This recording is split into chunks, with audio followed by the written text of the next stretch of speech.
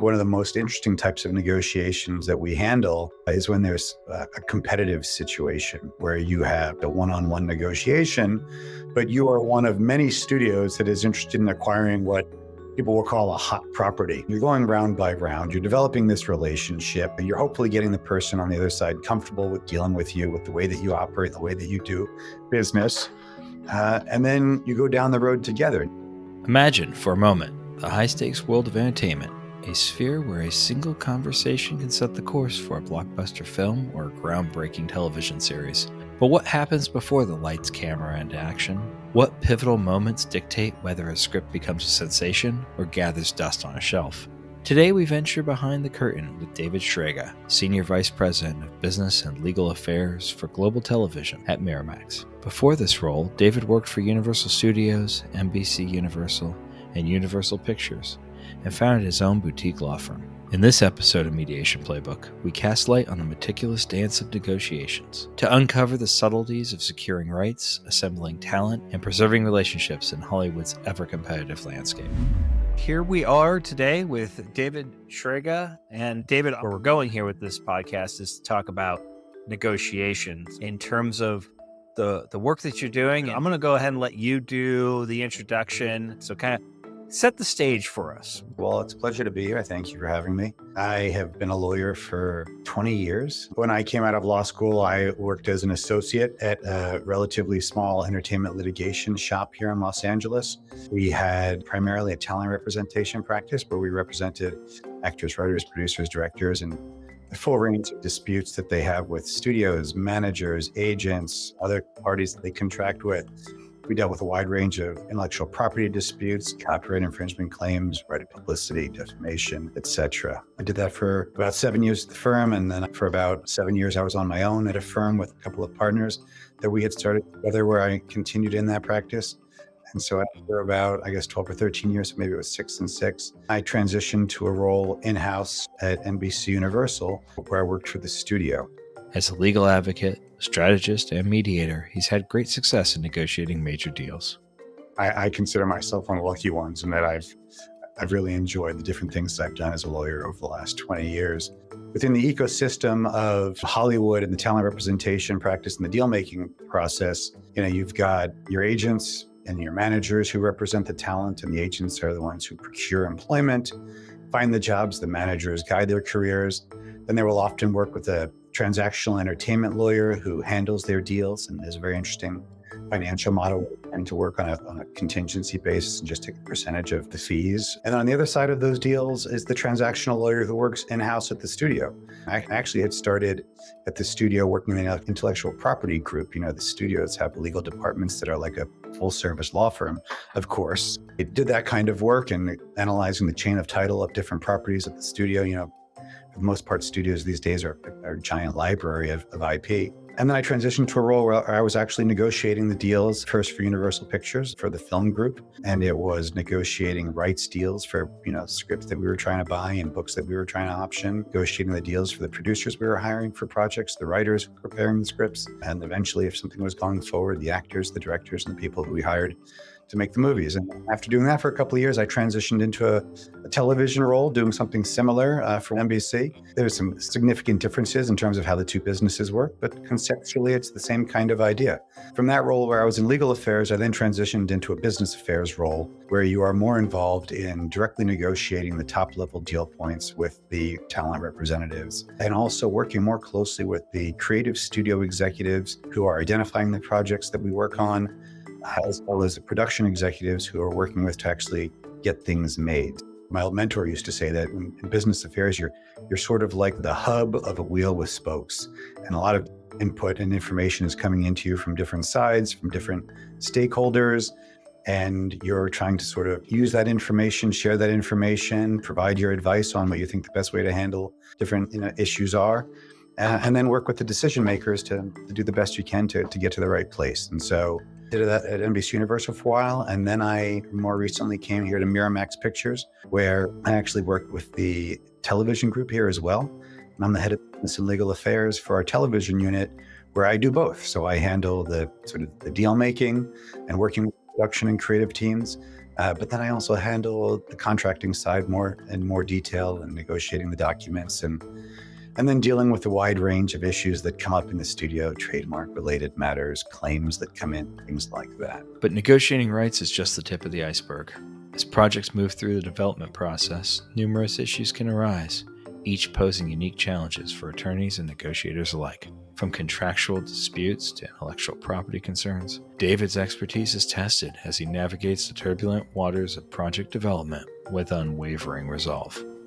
So that becomes kind of a grab bag then of extra issues piled on, right? Yes, for sure. After having sort of done this for 20 years and having sat in different seats, it positions you well for a more generalist kind of role where you can deal with a wide range of things that come through. Some people sort of specialize and they just do, film business affairs for 35 years, and they're incredible experts in that area. For myself, having come from a litigation background, it was something that was always interesting to me to have sort of a broader range of things that I was dealing with. So for me, this is really the perfect sort of role. I've been enjoying it very much, and I've got a great team of folks we work with.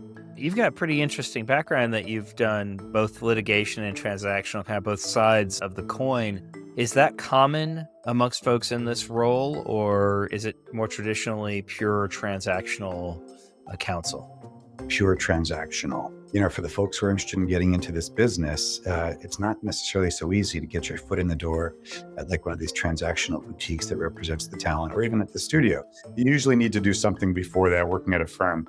What a lot of people do is transactional work. A lot of times they work at the big firms, they do film financing and other types of work, production-related work, and then they eventually transition into the role of a transactional firm or a studio. When you're a litigator, you have a different perspective on how disputes arise, what the process is for resolving them, what the costs are, what the leverage points are, and sort of how things tend to shake out. The other thing that is helpful is when you're the litigator, somebody hands you a contract and says, we have a dispute over this document, tell us what you think. And your job is to sort of figure out how to drive a truck through a hole in the paperwork to underline the other side's position. So when you're drafting things, looking at agreements, you kind of have a different eye towards maybe how precise the language is or what ambiguities there might be that are susceptible to exploitation. From the streets of Hollywood to the bustling halls of corporate boardrooms, David's journey has been nothing short of extraordinary. But what lessons has he learned along the way? What insights can he offer into the nuance of negotiation and the complexities of securing rights to coveted projects? When it comes to rights deals, there's some very interesting things that go on in the industry. The general framework and backdrop to keep in mind is it's very much a precedent-driven business. If you're buying a book from a first-time author who has never sold something before, but there's interest in optioning the rights for a feature or for a television adaptation, you're dealing with sophisticated agents, usually on the other side, and sophisticated transactional lawyers, and it's not their first rodeo. They've been down this road before. When it's a one-on-one situation like that, there's a general framework and expectation in terms of how do these deals get structured? What are the key points? How much are things supposed to cost at this level? And, when you're in a one-on-one situation, things are more streamlined in that process. And a lot of what we do is like that. But I think one of the most interesting types of negotiations that we handle is when there's a competitive situation where you have not just a one-on-one negotiation, but you are one of many studios that is interested in acquiring what people will call a hot property. It might be a book that's just been published that everybody wants to get their hands on. It might be a New York Times podcast that has broken through. It might be an unpublished book, just something that people know is coming out there.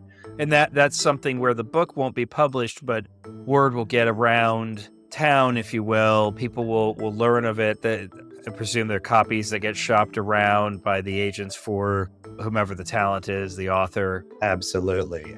Another player in this ecosystem are that within an agency, there's different types of agents. There are the agents who represent the talent, like the actors and the directors, but there's also agents who are literary agents who represent the writers of books. And they are also working with publishers and publishing agents who are actually trying to sell the books to the publisher working hand in hand with the literary agent who's trying to sell those audiovisual rights in that book to the Hollywood studios. And so they're always talking, and there's book scouts who are out there and they know what's coming out, and everybody's trying to get ahead of the curve to figure out what's going to be next. What will often happen in these situations is word gets around and there's a lot of parties who are interested in bidding. And it may not necessarily be just a studio who's involved in this conversation. The interesting thing is that when your role is sort of a business affairs negotiator, you're really managing multiple stakeholders at the same time on your side of the table. And then you're also interacting with sort of multiple stakeholders on the other side of the table from the talent side. And then third parties who are out there too, who you're managing. So what do I mean by that? On the talent side, like we've talked about, there's the agent who is representing the author. Now, maybe they've represented them for a long time and they've sold their last 3 books, and there's a very deep relationship in a way that they know the author likes to have things done. Maybe it's a new client who's just come through the door, and this is their opportunity to prove themselves and to get them a giant payday because they've never sold anything before. And finally, after laboring, writing books for years, somebody's willing to pay them a big chunk of money. And then there's the managers as well. And then there's the transactional lawyers who are also in this negotiation, right? And they all have their relationships. And then, of course, there's the author themselves. And you're trying to understand sort of what's important to them. So on one side of the table, there's them. On your side, you have your studio creative executive who's trying to secure this project for the studio for themselves. So they have something to show for the time that they've been at this, so they can say, I made these 5 great shows while I was there, so they can move on to the next role. There's also going to, because it's just sort of the way it works. People move around and they continue to grow and move up. A lot of people stay at the same place for 20 years, and that's a great thing too. The ever-present power of relationships and the nuanced play of initial offers and counterpoints are all artful strategies for setting the bidding stage. David's perspective on negotiations is imperative. It's about winning while ensuring ongoing collaboration, the true essence of lasting agreements.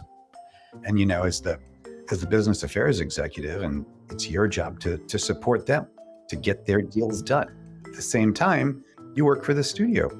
And so, there are parameters you have to work within and interests the studio has and how they formulate deals and what they can do that you have to balance, right? And then also internally, that creative executive might be dealing with some really high-level producer who has a deal at the studio, right? Like at Universal, there was Sam Esmail and all these other huge producers who work at the studio, and they have these deals, and they may be interested in a project and want the studios to secure the rights for them.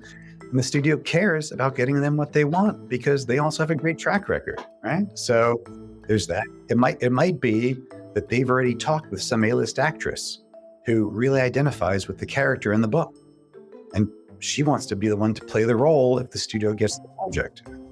And then on top of that, you might be, also talking to the president of the studio who is managing all of these high-level relationships and wants something major come through the door so they can secure something great and support their talent. Because fundamentally, it's about creating great shows that are going to be financially successful. But it's a really interesting dynamic where you're in this blind negotiation. You're dealing with an agent who says, we want all the proposals from all the studios who are involved to be in by close of business on Monday at 5 o'clock, let's say. So you have to say, well, what do we do? How do we know what to bid? And you have your precedent and your guidelines and your sense of where it should go. But at the same time, there's a lot of other parties out there.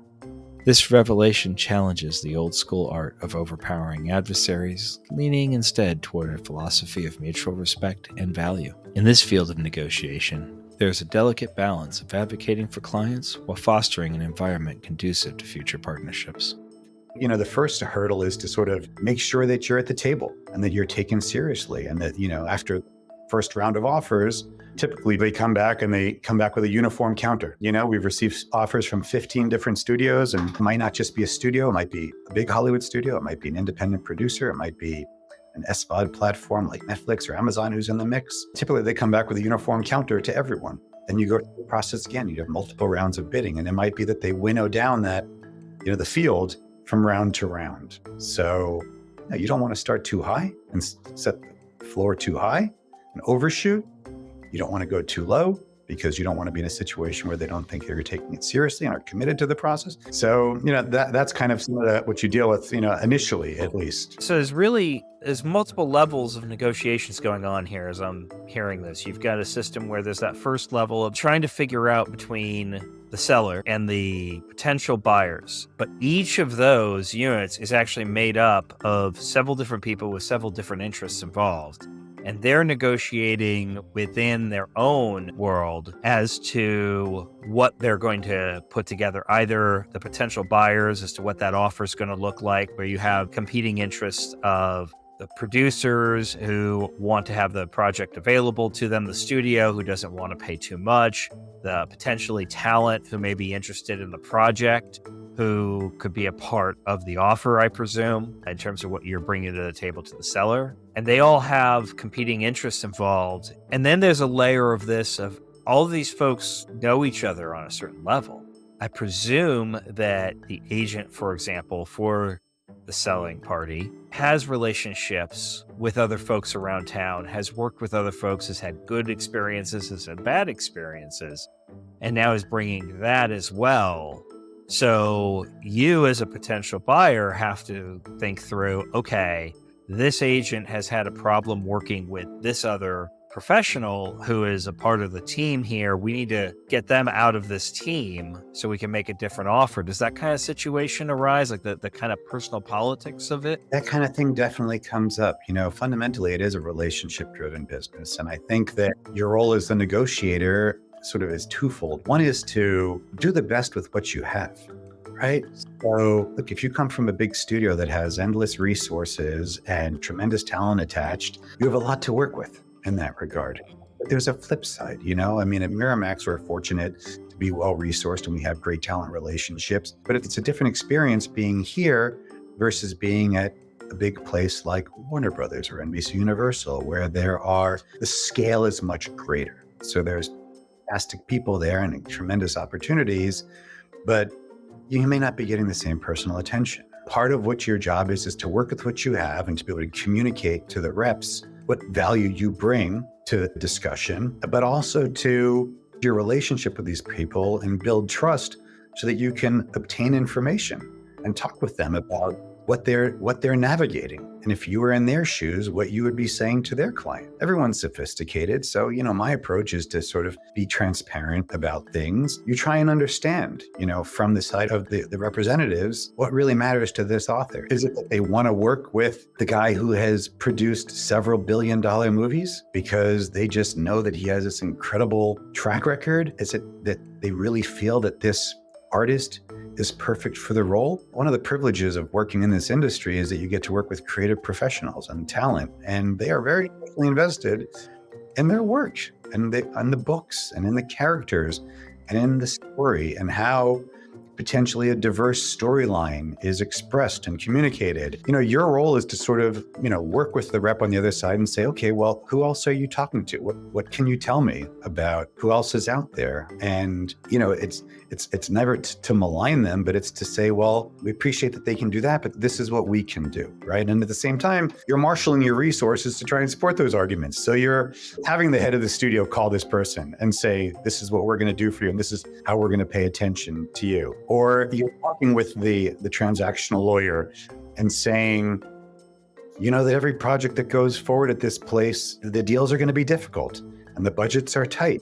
And it's not going to get easier from here because of how their business model. Ultimately, at the end of the day, they're balancing all those different considerations with their clients on the other side as well. So I really think it comes down to really trying to understand where the value is for them and how can you help them obtain that. And if you're not offering that yet, what can you add to the mix? Is it that they want to really have a seat at the table creatively and they want to be part of the process? Well, maybe traditionally that's not done, but maybe there's a way we can do it. Do they want to maybe write something for the studio? Do they want to take a stab at the screenplay for this project? And that, again, may not happen as often, but a lot of times people are looking for that support beyond just the one project or that that involvement emotionally. And, you need to have the right executives who also know how to be responsive to those kinds of needs. You have to really tailor what your offer is to the decision maker of the moment and what they're seeking, is what I'm hearing. Whether that's in terms of the seller, who's particularly the talent who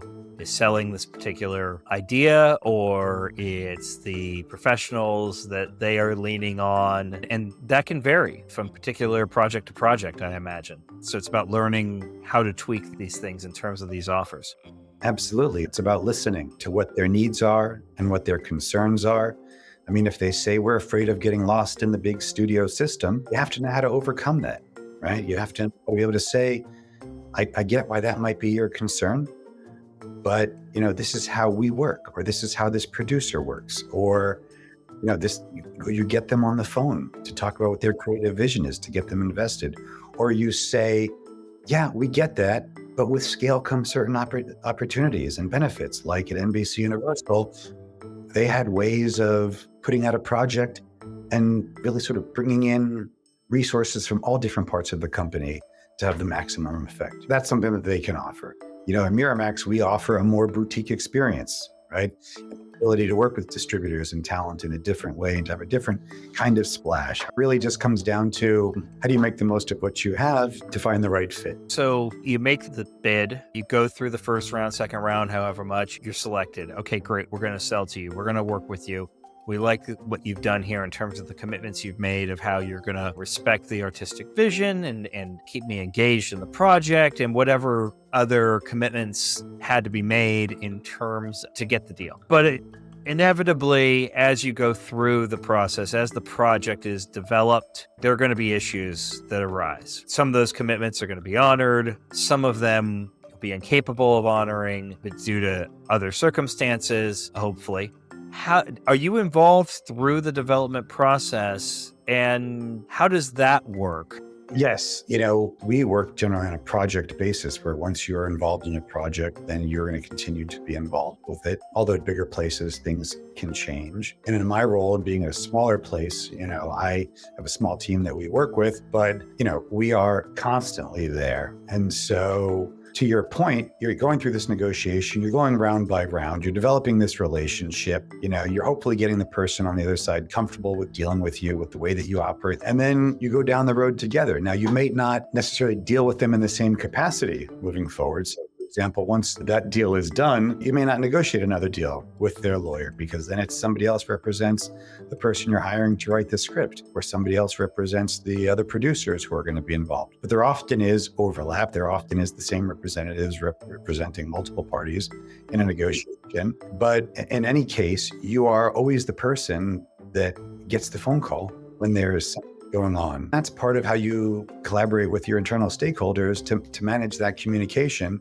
so that people feel that they're being heard and that they know what's going on, or they're being consulted with contractually when they have to. There's also approval rights that rights holders will often have, or that other writers or producers or directors will have. And so constantly having that conversation with them about all of those issues. And what ends up happening as the negotiator for the studio is that it becomes almost sort of a three-way process, because the studio is producing the project, but they're typically going to sell it to a platform, to a network. So it might be that we bring in the rights to the project, we hire the writer, we develop it, and then we sell it to Amazon or Apple or someone like that. Or it might be that we try and sell it to the BBC in the UK for international projects that we handle.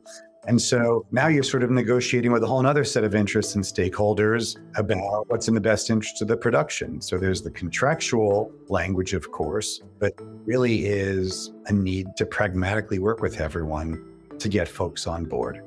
Because even if there isn't necessarily a contractual obligation to consult with someone concerning some particular issue, from a relationship perspective, it can be very important.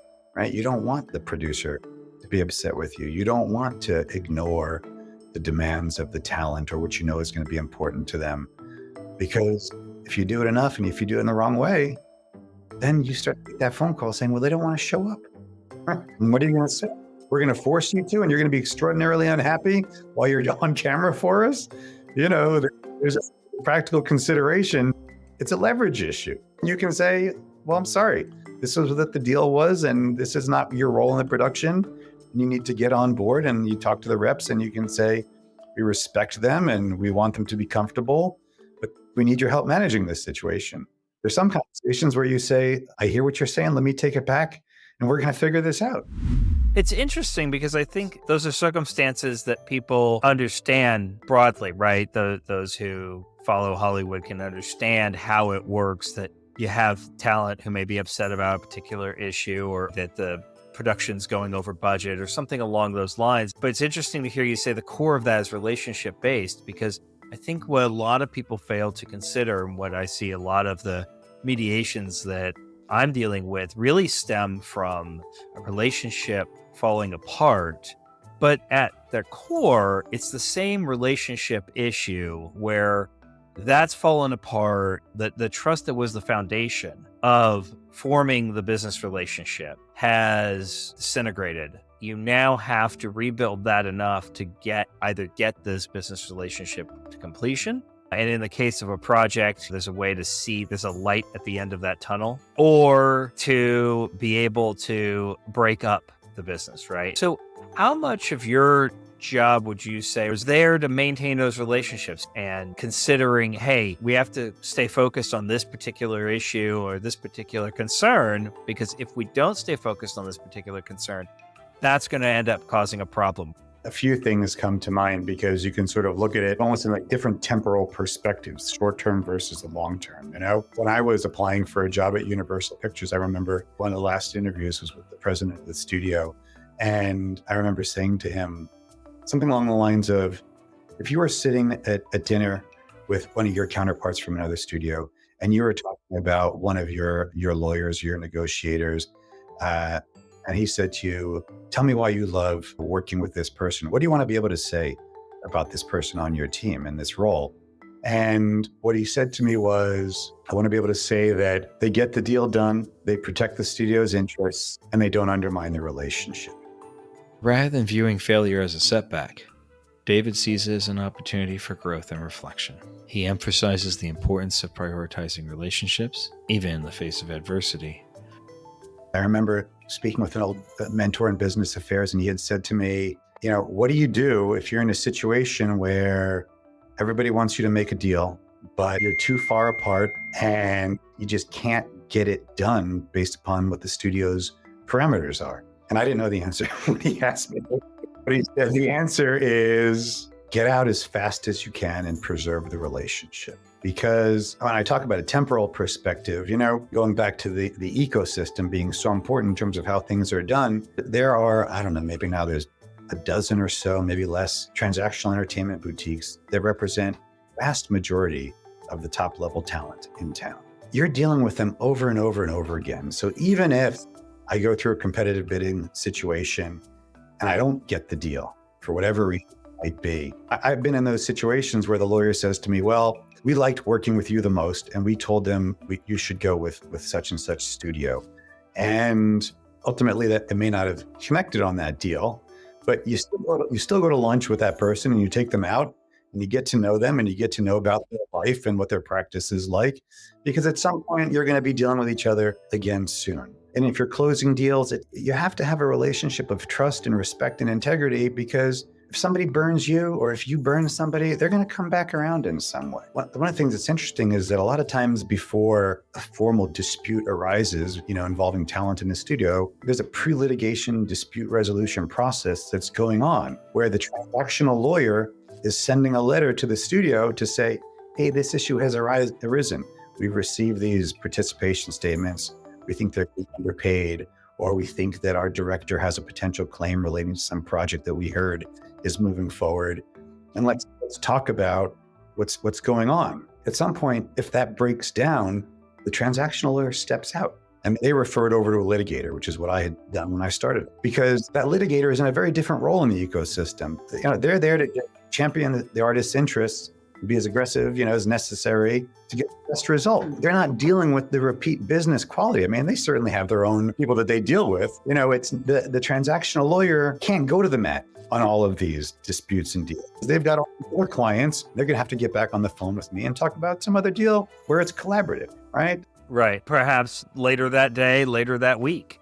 And I've had that, and it's one thing that's funny is that if you go to the Beverly Hills Bar Association dinner for the Entertainment Lawyer of the Year, which is a great award that's handed out, some years it's a transactional lawyer and some years it's a litigator. There's always a book where everybody is buying ads to support their friends. But, I think the book for the transactional lawyers tends to be a lot thicker than the book for the litigator. Right. You've got to be there in that book. You took out an ad to support that transactional attorney. But the litigator, it's like, well. Right.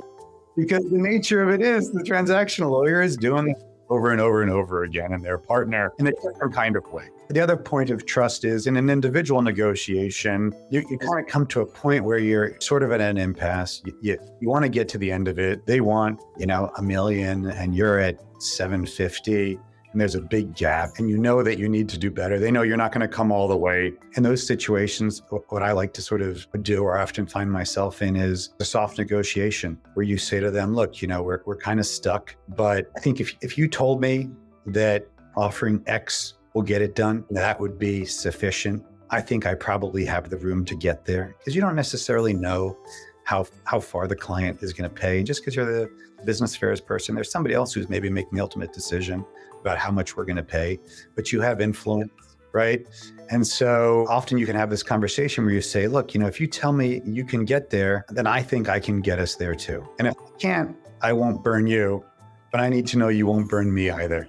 That's fundamentally much more of a mediator type role. It sounds like you're doing that work there as well, in the sense of trying to bring people together, trying to see where is that point that we can meet at, whether it's formal bracketing or something a little looser, or a little more conversational. It's fundamentally at its core the same principle of what you're trying to do. I think that's right. And I think it's something that I'm more comfortable with it, having been a litigator and having sat in many mediations. And, there's an element of bluffing and there's an element that you kind of got to show your cards if you want to get it done.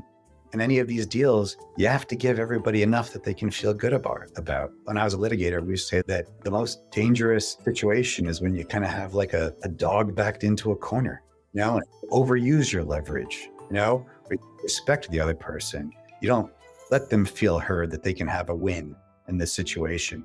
So every deal is in some sense a settlement, you got to always give more than you want. And they've always got to take less than they want, but you both got to feel good enough about it that you can go along together afterwards.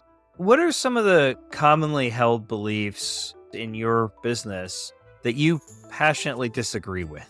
That people out there, if I were to ask your colleagues, 9 out of 10 would say it has to be this way, and you have a different view or approach.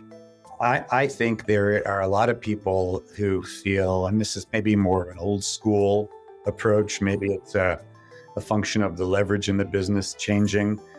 There was a perception that, if you worked for the studio and you had all the leverage when there was just, 3 or 4 major studios out there, your job was just to say no until they capitulated. And if they didn't like it, they could go somewhere else. And on the other side, it was, you have to be a shark and you have to pound the table to get the best result for your client. This idea that agents have to be these parties who are not to be trusted. And I just couldn't disagree with that more. I really think that at the end of the day, we're all trying to do our jobs to get good results for our clients, to make sure we don't lose our jobs. Agents have to get a good result and lawyers have to get a good result because there's somebody out who wants their client. I don't think that the way to go about it is by being hyper aggressive or pounding the table or making threats. I always used to think that if that's the point you've gotten to, you've run out of actual things to work with. That really is, I think, a misperception. And I think when people get involved, young lawyers or young negotiators, they can take an aggressive tone, maybe a dismissive or a disparaging tone. If someone says, that's ridiculous, find out what you want to hear from the other side. Be reasonable. We're trying to be reasonable, So I think that I think it's this idea that you have to be a shark, that you have to be a hard ass, pardon my French, You have to be able to explain to people why in some situations you're at the limit of what you can do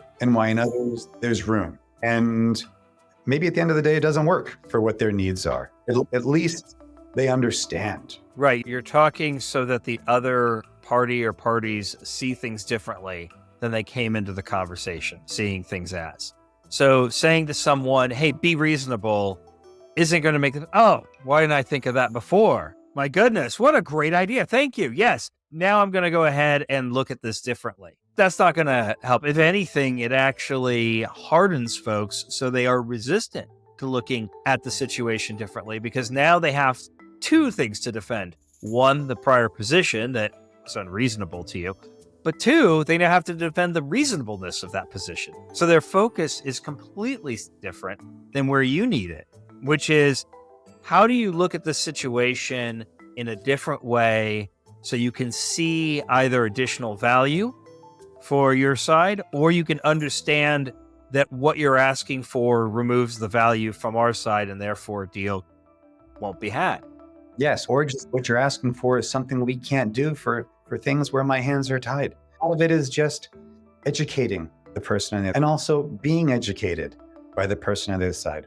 Often we'll say, tell me what I don't know, what I don't understand. What do I need to go tell my people so they understand why this is an issue or a problem? Or I will say, here's the problem with what you're asking me. Now I have to go do this and I have to say this. And they're going to say, what about this? And we have all these other projects and we didn't do it for such and such a person. And how do we justify it here? And then we're going to, right? And so on and so forth. I do feel like, one of the things that's really changed a lot in this industry is there are so many more parties and players involved. It used to be that, if you had a show on broadcast television, you just were happy that you were there. And there was a potential upside to those deals for the people who hit TV shows that was astronomical, right?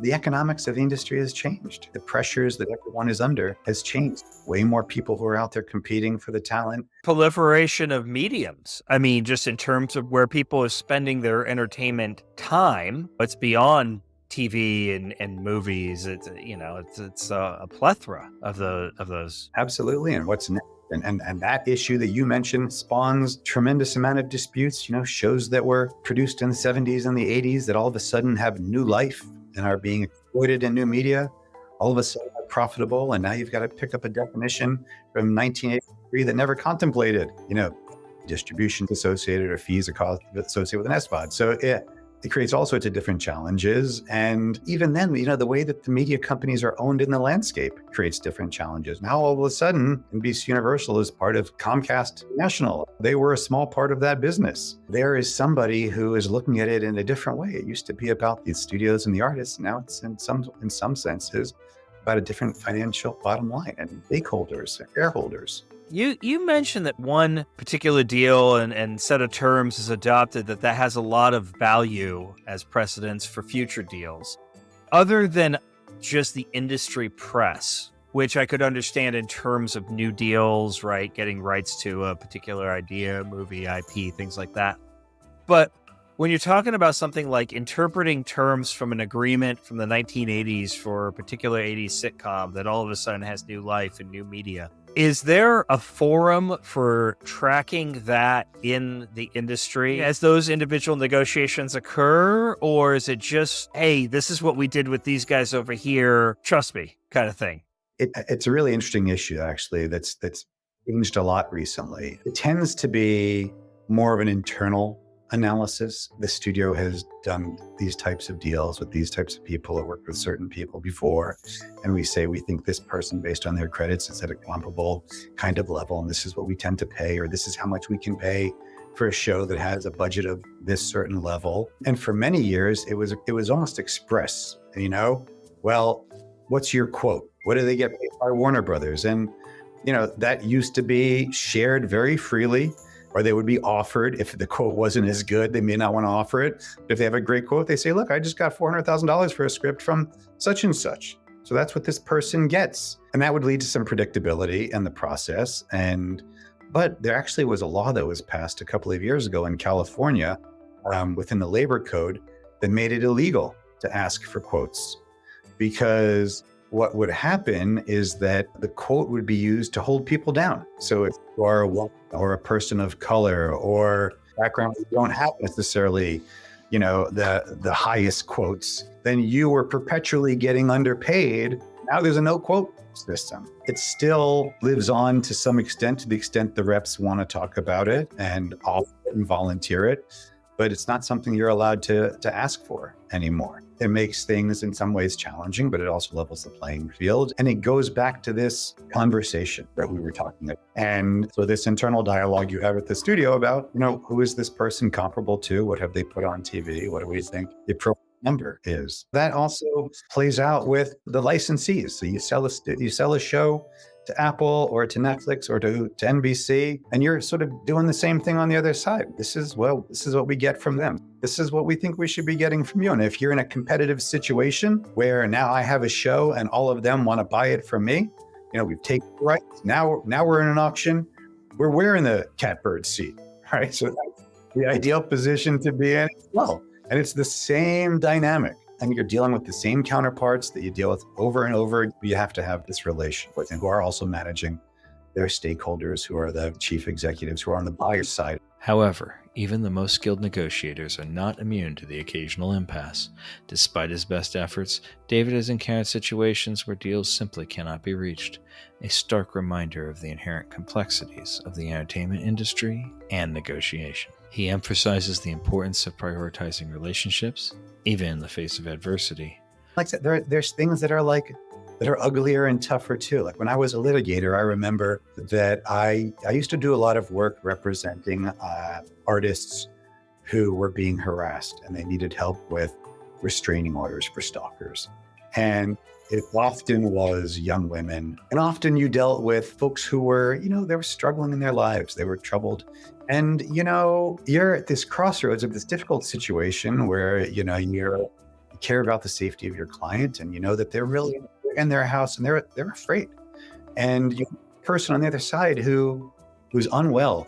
And we would always try and sort of take the approach that, look, there's kind of an easy way and a hard way to resolve this, if you're willing to work with us and to stay away. But sometimes people take the hard way. And there was once where somebody had basically had threatened a cataclysmic event at like a kids awards show where this person was going to be appearing, which all of us became, all right, now it's time to call the police. It's another level. But you never think of that show the same way again. But look, most of these stories have ending, and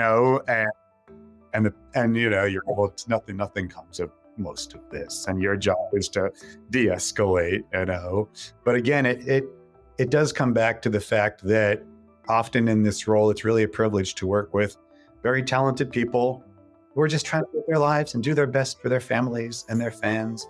And your role as the lawyer, the negotiator, is to be their advocate, to help guide them through and hopefully get to a good result. Working here at Miramax, we have a couple of really exciting projects. One thing that we're very proud of right now that's on the film side of the business that we work hand in hand because there really is a tight collaboration between like what we do with film and what we do with television and how we can maximize the intellectual property. But we are releasing a film called Holdovers, which Paul Giamatti, that's received, I think, 3 Golden Globe nominations. And that's a really fantastic film that's coming out. They have another film that's coming out called The Beekeeper with Jason Statham that I think is be very exciting. And then on the television side, you may notice the poster behind me here. Guy Ritchie is someone who we've worked a lot with. And there's a film called The Gentleman that he produced for us and wrote and directed.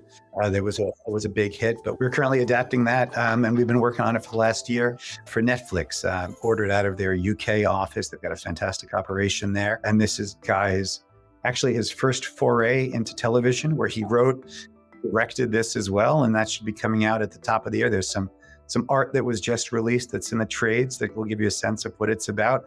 It's going to be fun. And all of these projects, one of the nice things about working at the studio is everything is a collaboration between our creative executives, our production executives, the business and legal affairs team, the finance team, the distribution team, as well as really fundamentally importantly, our partners at a place like Netflix where they distribute it and work with us as well. So it's going to be a good one. As our conversation draws to a close, we are left with a newfound appreciation for the nuances of negotiation. David's journey serves as a beacon for aspiring negotiators everywhere, reminding us that true success is not measured by the deals we make, but by the relationships we cultivate along the way. Join us next time as we continue our exploration of mediation and negotiation in the Mediation Playbook. Until then, remember that every negotiation is an opportunity for growth, and every obstacle is a chance to learn. This is David Coher, signing off.